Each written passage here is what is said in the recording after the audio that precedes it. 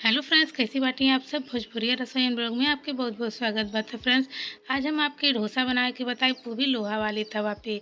अक्सर सबके पास नॉनस्टिक तवा या फिर डोसा वाला तवा नहीं होला। जब भी आपके डोसा खाए के मन करता है, आप फटाफट से लोहा वाले तवा पर ही डोसा बना के खा सकेली। अक्सर सबका शिकायत होला कि लोहा वाले तवा पे डोसा चिपक जाला, टूट जाला, बिल्कुल भी अच्छा नहीं बनेला। पर फ्रेंड्स, ये वीडियो देखने के बाद आपके सारा शिकायत दूर हो जाए और फटाफट से आप भी लोहा वाले तवा पे डोसा बना के खाए लगब। तो देर कोने बात के चले के बनावल स्टार्ट कर लिया। तो फ्रेंड्स, डोसा बनाए खातिर हम यहाँ पर 1 कप उड़द की दाल ले आटी। तो ये बिना छिलका वाली उड़द की दाल है।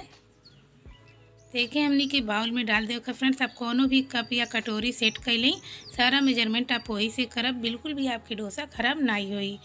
तो फ्रेंड्स, हमनी के देख सकेली बिना छिलका वाली उड़द की दाल ले आई।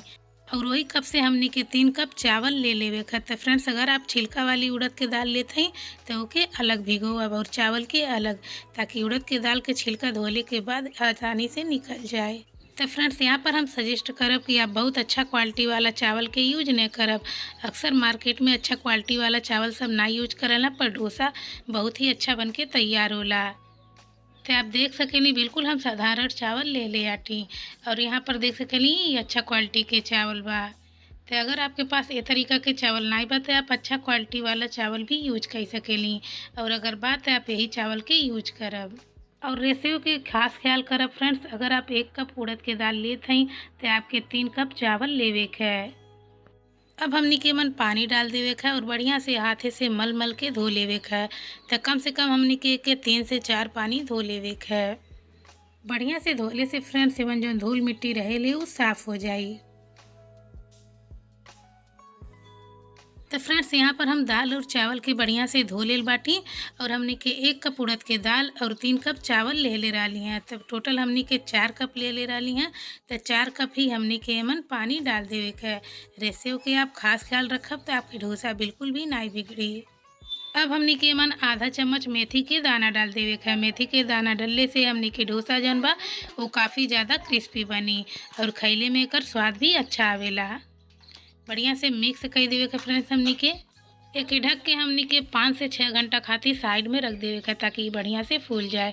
आप एके ओवरनाइट भी रख सकेली। तो फ्रेंड्स, यहाँ पर 6 घंटा हो चुकल बा और हमनी के दाल और चावल जौन बा वो बढ़िया से फूल चुकल बा। और मेथी भी यहाँ पर आप देख सकेली फूल चुकल बा और हल्का सा कलर छोड़ देले बा।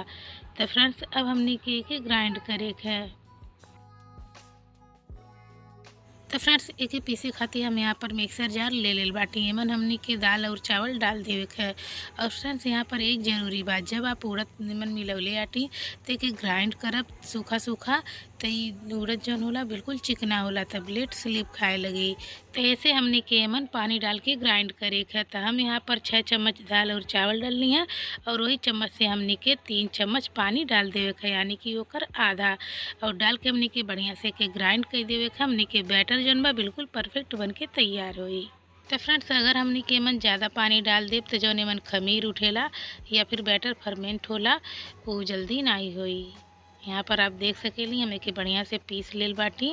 और फ्रेंड्स, हमने के एमन चावल डल ले आटी, ऐसे ही थोड़ा दरदरा ही पीसल बा, आप देख सकेली। तो बिल्कुल दरदरा सा ही पेस्ट तैयार भइल बा। तो फ्रेंड्स, डोसा बनाए खातिर हमनी के बिल्कुल ऐसा ही बैटर चाहिए। तब हमनी के बड़ा बर्तन में निकाल लेवे के है। तो फ्रेंड्स, बर्तन आपके थोड़ा बड़ा ही लेवे के है, बड़ा बर्तन में निकाले के है, काहे कि जब ये बैटर फर्मेंट होई तो एकर क्वांटिटी थोड़ा बढ़ जाई। और फ्रेंड्स, जौन भी हमनी के दाल चावल बचल बा एके भी हमनी के ग्राइंड कर लेवे के है। जितना हमनी के चावल लेवे के ओकर आधा हमनी के पानी डाले के है। और फ्रेंड्स, पानी हमनी के इहे वाला डाले के जेमन हमनी के दाल और चावल के भिगोले रहली हैं, काहे कि हमनी के ओमन मेथी डाले रहली हैं, तो मेथी के स्वाद ये पानी में आ गइल बा। तो यह पानी डाल के हमनी के ग्राइंड कर लेवे के है। तो फ्रेंड्स, ये देखी सारा बैटर हमार ग्राइंड होके तैयार हो चुकल बा। तो फ्रेंड्स, अब हमनी के बैटर के फर्मेंट होके खातिर, यानी कि एमन खमीर उठाए खातिर एक ज़रूरी टिप्स। तो फ्रेंड्स, गर्मी के सीजन बा तो 13 से 14 घंटा लग जाला के फर्मेंट भइले में। पर आज हम रीसन ट्रिक बताएब कि आप फटाफट से के फर्मेंट कर लेब कम समय में। तो यहाँ पर आपके कुछ नहीं करे बा, सबसे पहले प्लेट से आपके कवर कर दे हुआ ताकि बिल्कुल भी एमन एयर न जाए और एके उठा के आपके आटा वाला डब्बा में रख दे हुआ। तो फ्रेंड्स आटा में हमेशा गर्माहट रहेले तो बहुत ही जल्दी हमनी के बैटर जन बा फर्मेंट हो जाए 7 से 8 घंटा में ही। तो आटा वाला डब्बा आपके बिल्कुल साइड में रखे का ताकि ऐसे केहू भी छेड़खानी न करे, नहीं तो ई फैल जाई। तो अब हमनी के ढक के साइड में रख देवे है करे गर्माहट से फ्रेंड्स हमनी के 7 से 8 घंटा में ही एमन खमीर उठ जाई। तो फ्रेंड्स यहाँ पर 8 से 9 घंटा हो चुकल बा और देख सकेली आप हमनी के बैटर जन बा बढ़िया से फूल चुकल बा और एमन खमीर उठ गईल बा। ऊपर आपके हल्का सा पीला कलर के दिखत होई, ये खमीर है फ्रेंड्स।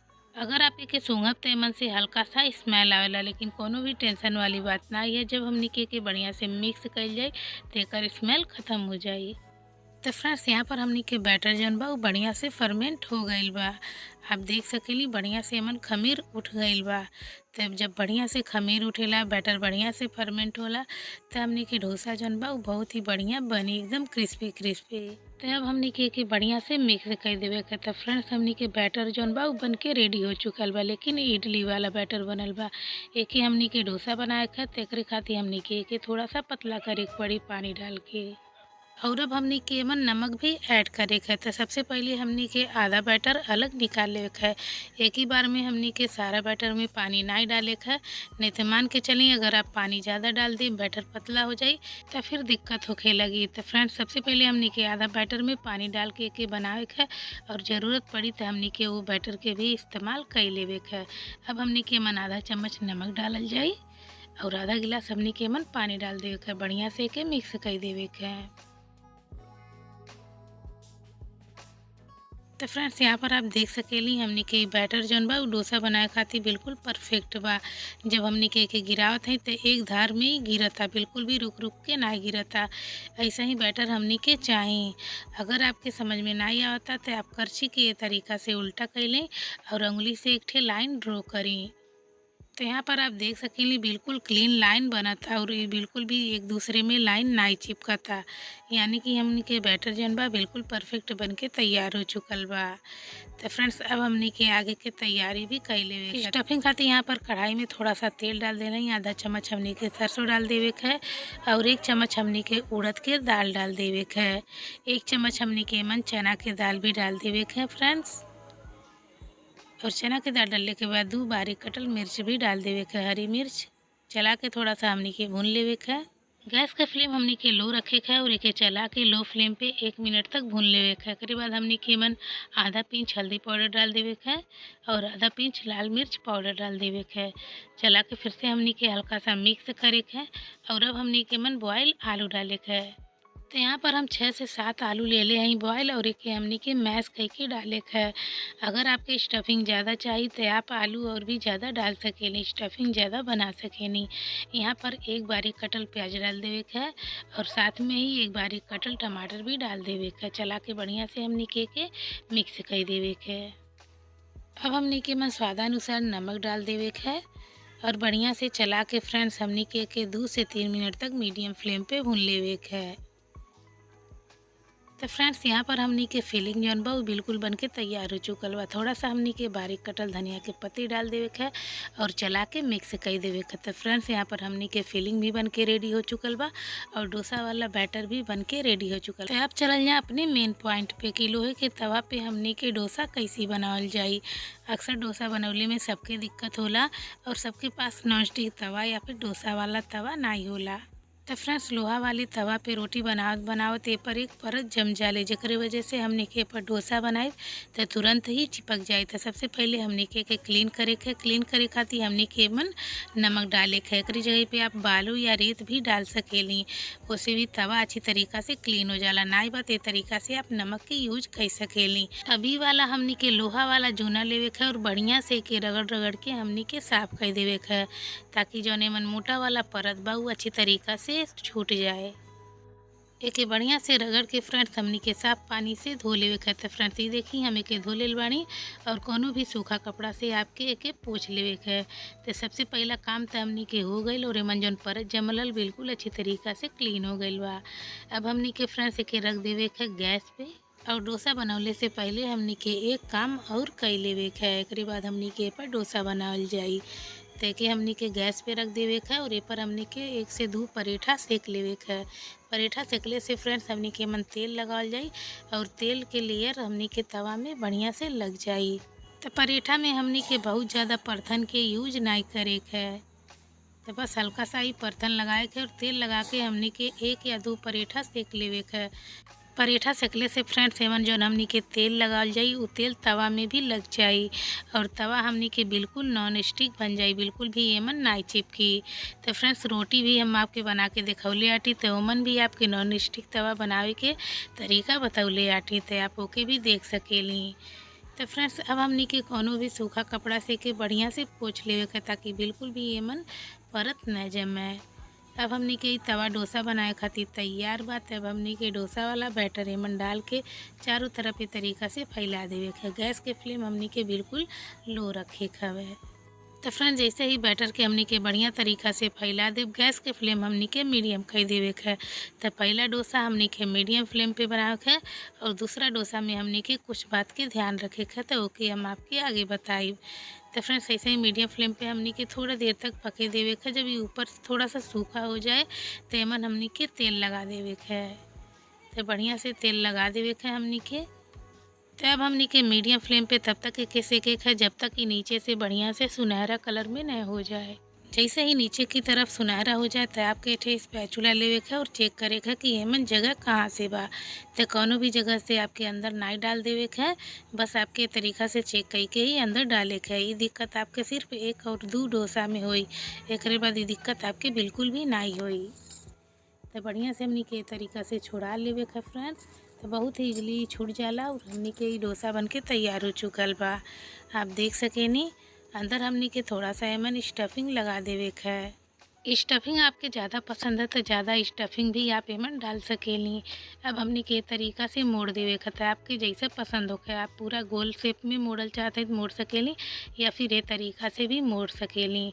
तो हमनी के डोसा बिल्कुल बन के रेडी बा। अब हमनी के दूसरा डोसा में का करे के फ्रेंड्स, जब तक हमनी के दूसरा डोसा बनाए हमनी के तवा बहुत ज़्यादा गर्म हो जाए, तो खातिर हमनी के थोड़ा सा पानी छीटा मार के पोंछ देवे के। तो ऐसे हमनी के तवा के टेम्परेचर थोड़ा डाउन हो जाए।